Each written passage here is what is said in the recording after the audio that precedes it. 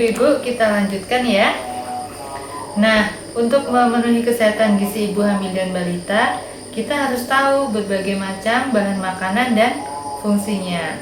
Oke, coba kita perhatikan di tabel bahan makanan berikut ini. Nah, makanan pokok ini yang kita kenal juga sebagai apa? Sebagai sumber karbohidrat.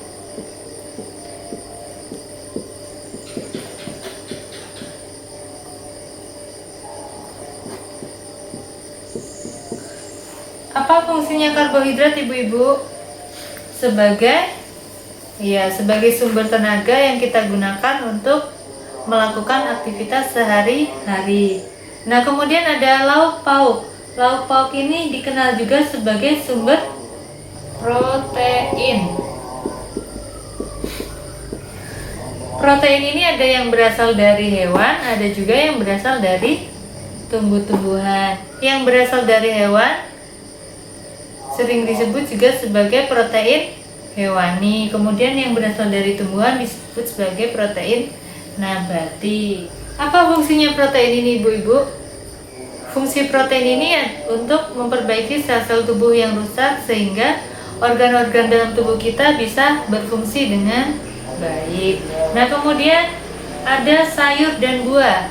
Apa sih kandungan sayur dan buah ini, Bu? Ya, vitamin dan mineral.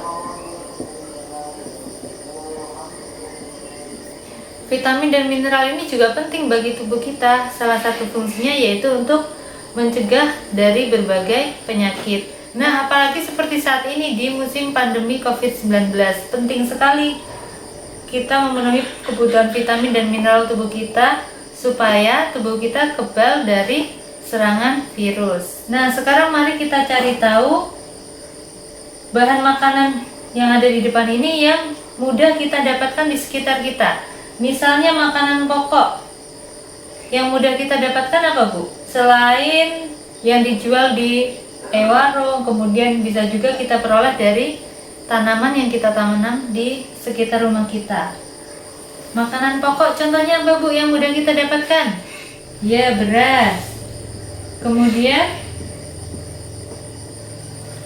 jagung. Ada juga ubi, ya, ubi. Kemudian lauk pauk ya, Bu ya. Lauk pauk yang mudah kita dapatkan apa? Daging ayam kampung.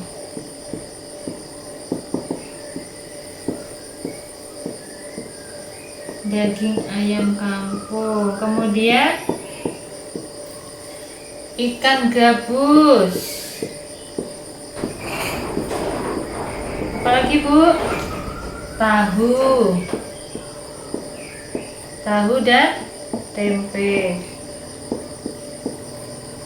Nah, sekarang kalau sayur dan buah, apa, Bu? Pisang,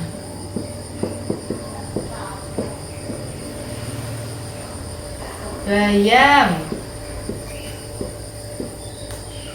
apalagi? Kangkung.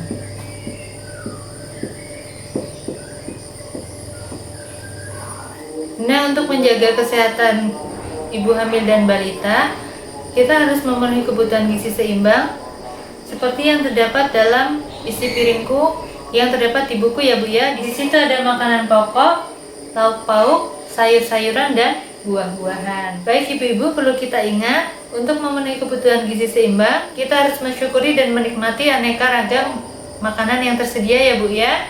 Kemudian kita juga harus banyak makan sayur, banyak makan buah, kemudian mengkonsumsi air putih yang cukup, biasakan mengkonsumsi lauk pauk yang mengandung protein tinggi, biasakan mengkonsumsi aneka ragam makanan, kemudian membatasi makanan yang manis, berlemak, kemudian asin. Jangan lupa juga untuk sarapan pagi, melakukan aktivitas fisik yang cukup. Lalu apabila membeli makanan, kita juga harus memperhatikan label yang terdapat dalam makanan tersebut. Selain itu, yang jangan lupa lagi, apalagi di musim pandemi seperti ini, kita harus cuci tangan dengan sabun untuk menjaga kebersihan tubuh kita.